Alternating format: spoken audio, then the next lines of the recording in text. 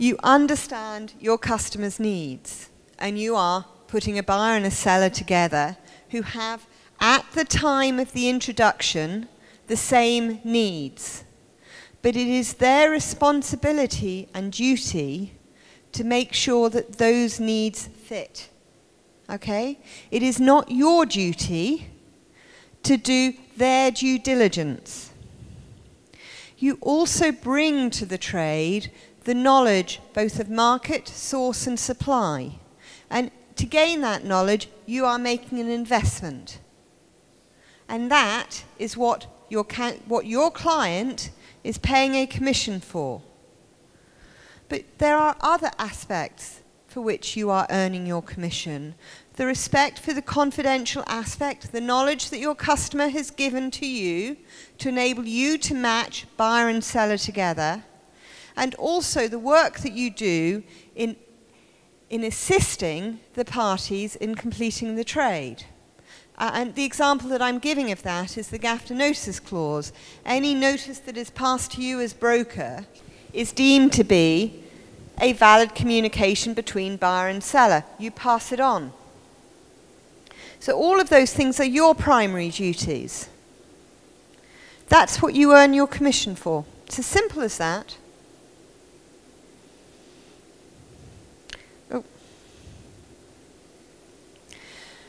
But what is a principal's duties? Well, very simply, as with any party to a contract, under CICILS or under GAFTA, in our trade, in the commodities trade, which we're all a part of, my word is my bond is the underlying duty. I put it up there because we all rely on this. We all talk on the phone and we all rely on the other party fulfilling their word. It's to complete due diligence. I call it Know Your Customer, KYC. It's absolutely fundamental. Just because a party has used their broker, it is for that party to find out about the other side. Okay? The fact that you are a broker and you've done the introduction does not absolve the other party of completing the Know the Customer duty. So if the trade falls apart, it does not absolve that party from paying your commission. Don't fall for it. How many times are you told, I'm not paying your commission because the other party didn't perform? It's not acceptable. Okay? But it does happen. I know it does. I'm going to try and give you the tools to give you a defense. Okay? Don't accept it. It's not acceptable. Okay? You've done the introduction. You've given them sufficient information to know their counterparty. Okay? Put them to it. Okay? The parties are obliged to fulfill their contractual obligations. If you agree to trade, it is assumed that you will fulfill your contractual obligations. The market moves against you. That is a risk of trade. Okay? You win some, you lose some. I'm sorry to put it as crudely as that, but traders are traders. That is the risk of trade. Okay? I hope that we win more than we lose. That is a successful trader, and an unsuccessful trader disappears. Okay? But that is the risk of trade. And one of the obligations that a principal has, if I put it very bluntly, is paying the broker's commission. Now, every GAFTA standard contract clause, and I think most people here are trading under GAFTA contracts. I've used the 88, which is the CIF GAFTA contract, includes a brokerage clause. The critical thing about a GAFTA contract is that it is between buyer and seller. It is not between buyer, seller, and broker. Okay? I know that as brokers you are often issuing the broker's confirmation note. Okay? But that is still only a confirmation of a contract between the buyer and the seller, which you have intervened as a broker. You are not a party to the contract. And all that this clause is about is an agreement between the buyer and the seller as to when and who shall pay the broker his commission.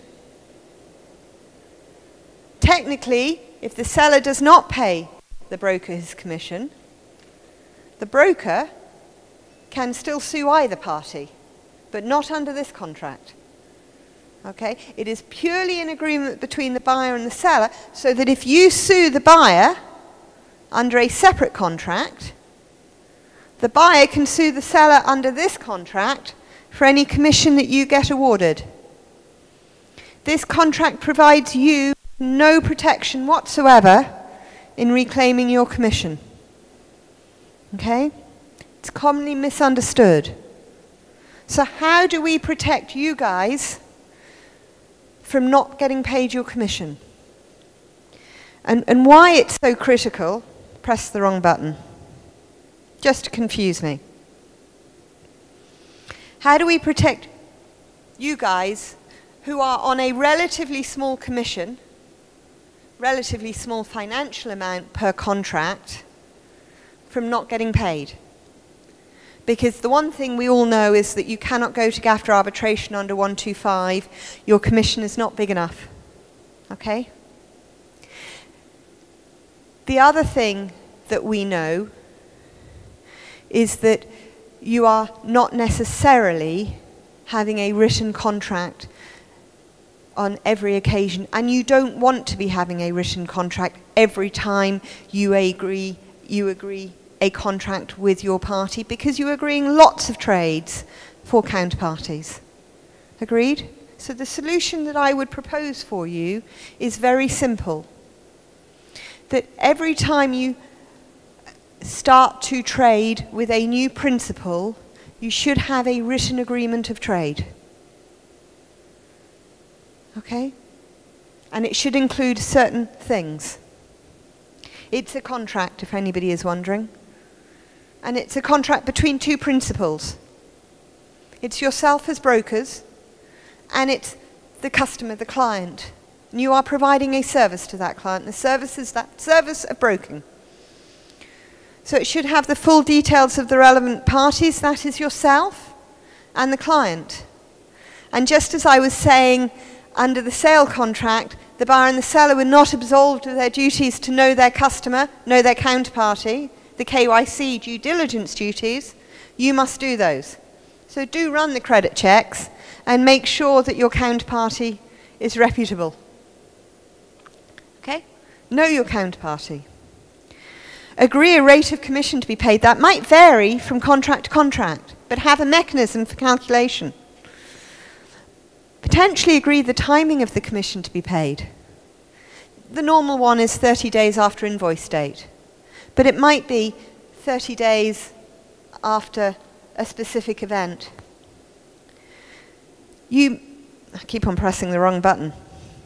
You might want to agree a clause that says, on all contracts entered into with other parties introduced through you as broker, even if the specific contract was not discussed with you as broker, to stop parties going off and dealing directly. Whether or not such contracts are afterwards cancelled, broken, or otherwise terminated before fulfillment. Because how many times do you get a call from somebody saying, I'm not paying your commission, the contract wasn't performed? Does it happen? Yes. Have you done all the work? Yes. Have you not earned your commission? Yes. Okay. So let's put in something that stops that happening. Okay. The next thing that I would strongly recommend you put in is a domicile clause. I would recommend you put in England if you are trading between countries. You can put in an alternative.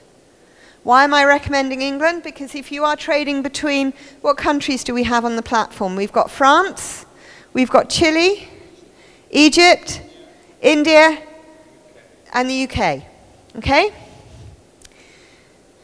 Gerard, what country would you want to have as a domicile clause? France. Chile? UK. Doesn't exist as a domicile clause. We'll call it England just for correctness sake. Egypt? India? England. Okay? You have to pick a neutral jurisdiction is what we call it technically. Okay? It's very easy. If all the parties are in the same country, you're going to agree on that particular country. We're in international trade.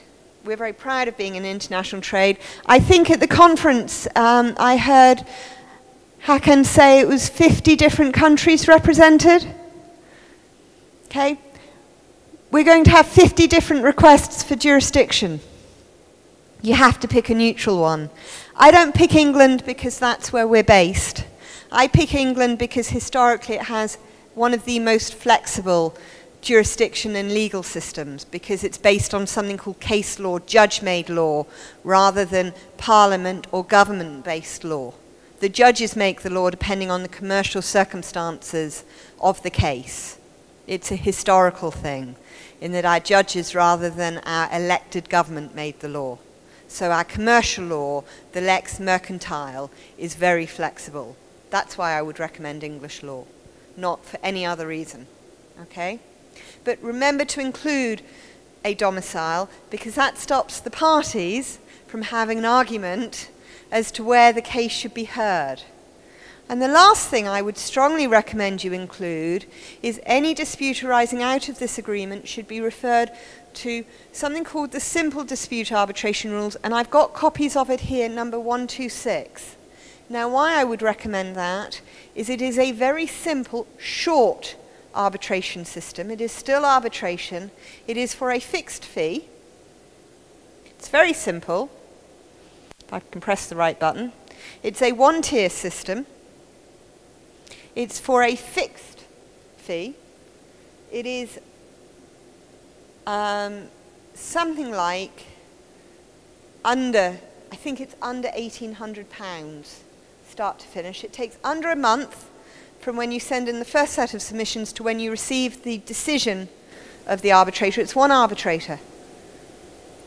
Each party sends in one set of submissions, and then the arbitrator issues his judgment. It's an award of arbitration. It is still reasoned. The point of it for brokers is it's very simple. You are owed money, so it's what we call a money's due claim. And the issue at dispute is, was there a brokerage agreement, and is there commission owed? So it's not a complicated claim. If there's a successful claim, you have an award of arbitration.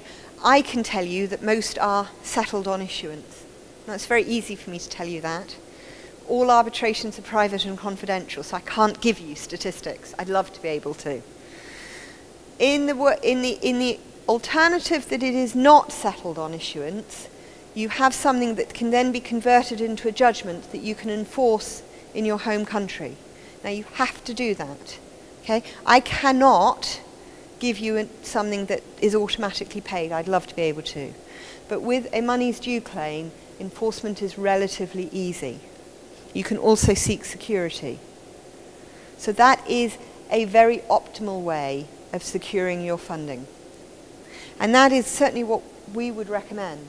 It's not a perfect solution, but it is a simple, but may I say aggressive way, if I can put it that way, of securing brokerage commission. Before going to general questions, I'm going to invite the panel to comment, but could we have a show of hands? Who in the hall is a broker? Okay, the majority. So other than Brian as a statistician, we've got Hakan as a trader and myself as a trader as well, and we may find that we have different perspectives. But before we take some questions, I'd invite my distinguished panel just to make a comment on Joanna's solution of creating a separate contractual agreement for the payment of commissions.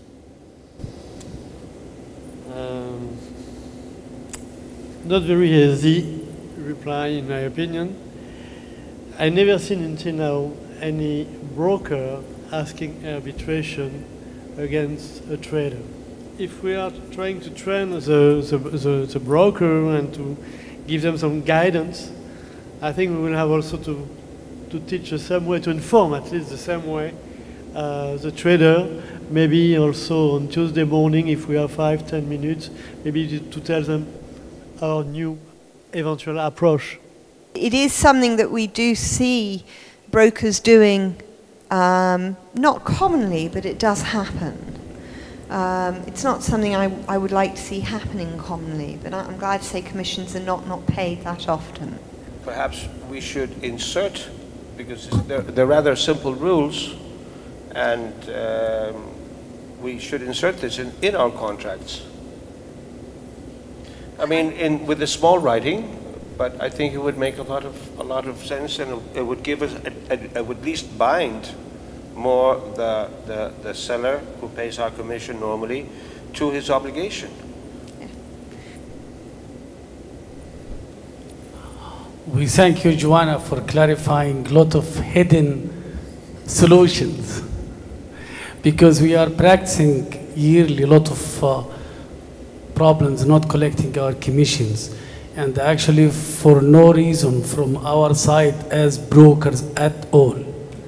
Look, ideally, one hopes by putting in things like this, actually... Can we have this to send to us? Absolutely. Yeah, please. But I mean, the whole point is actually having things like this in the contract is actually so that you don't have the problem arising. Ah, okay. In other words, insert in our contracts. I hope it's preventative rather than anything else. But most of big companies, in the even medium or small, they say other details as per GAFTA 126, 128, 125. It's not enough. For brokers, it's not enough. What do you think, Joanna? Yeah, you need to have an agreement between yourself as a broker and your client as your client, plus the sale contract, which is between the buyer and the seller. Okay. Okay, that's the important step. Like as a broker, when I issue a trade confirmation which goes to the shipper, because it's generally the shipper who pays the commission to us, can we mention this line additionally regarding this? Or it should be in copy to both the buyer as well as the seller? Or can it just be going to the seller? All the terms which are common, the trade confirmation, like what I do generally, I send one to the buyer and to the seller, where everything is the same. But for our protection, can I add one more clause to the confirmation which goes to the shipper, because the buyer is technically not concerned with the commission payments? But can I add that one line to the confirmation which goes to the shipper? I would have it on going to both the parties. Okay. Because I wouldn't have anything different between the parties.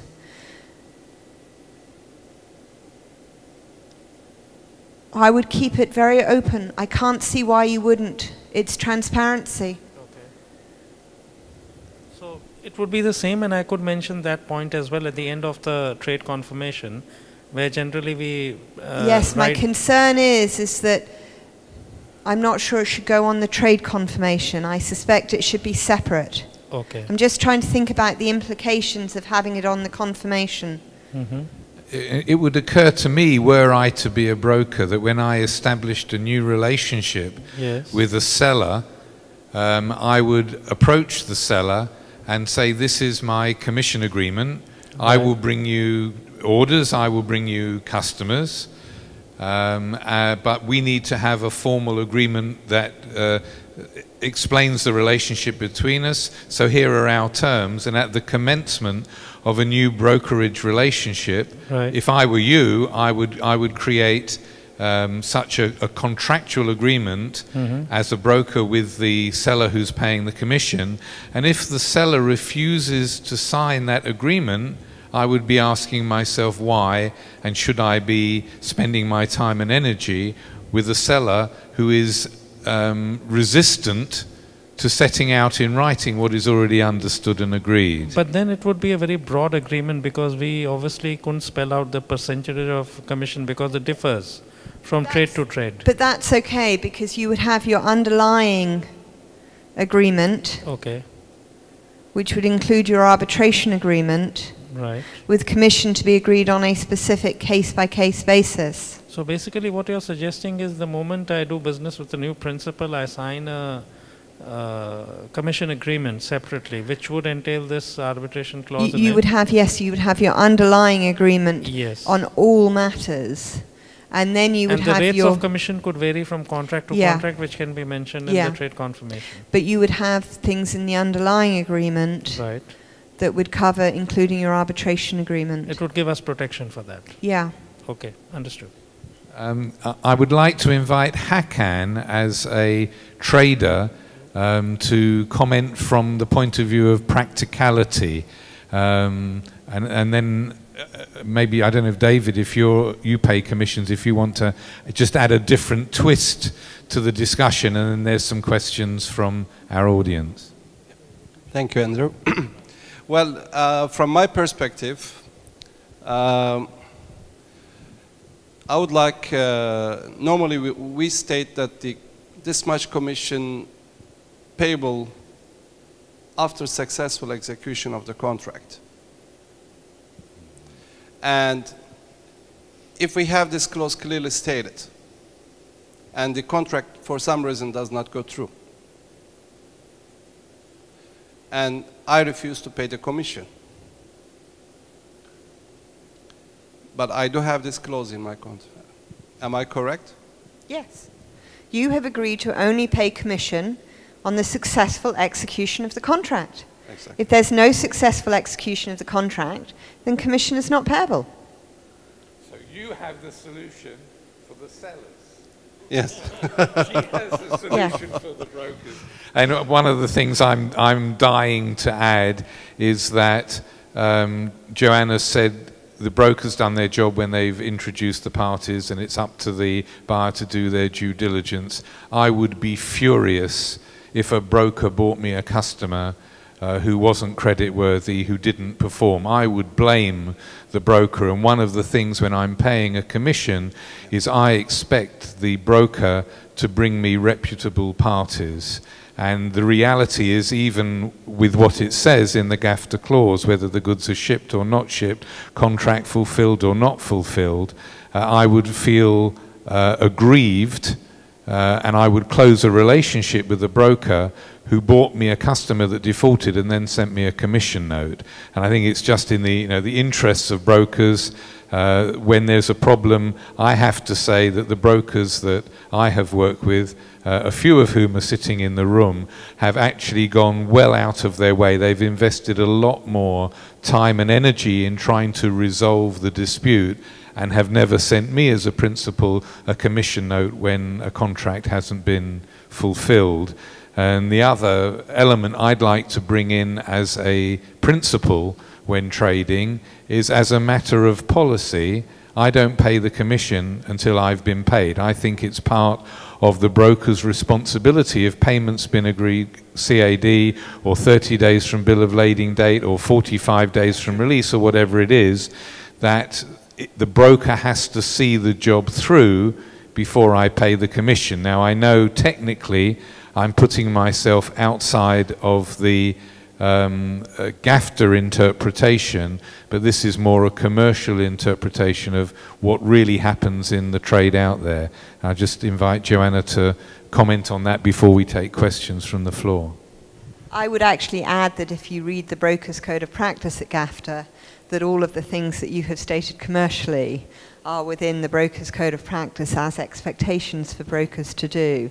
I am looking at what I would expect to go into a broker's contract, certainly as a starting point, and I would expect both principals to negotiate very hard for the terms that they would wish to see, because I would expect brokers to see a contract through and to provide all the levels of support that we're now discussing about. But I would also expect brokers, in negotiating those terms, to negotiate very hard, because there are times when a contract is not performed through no fault of the broker.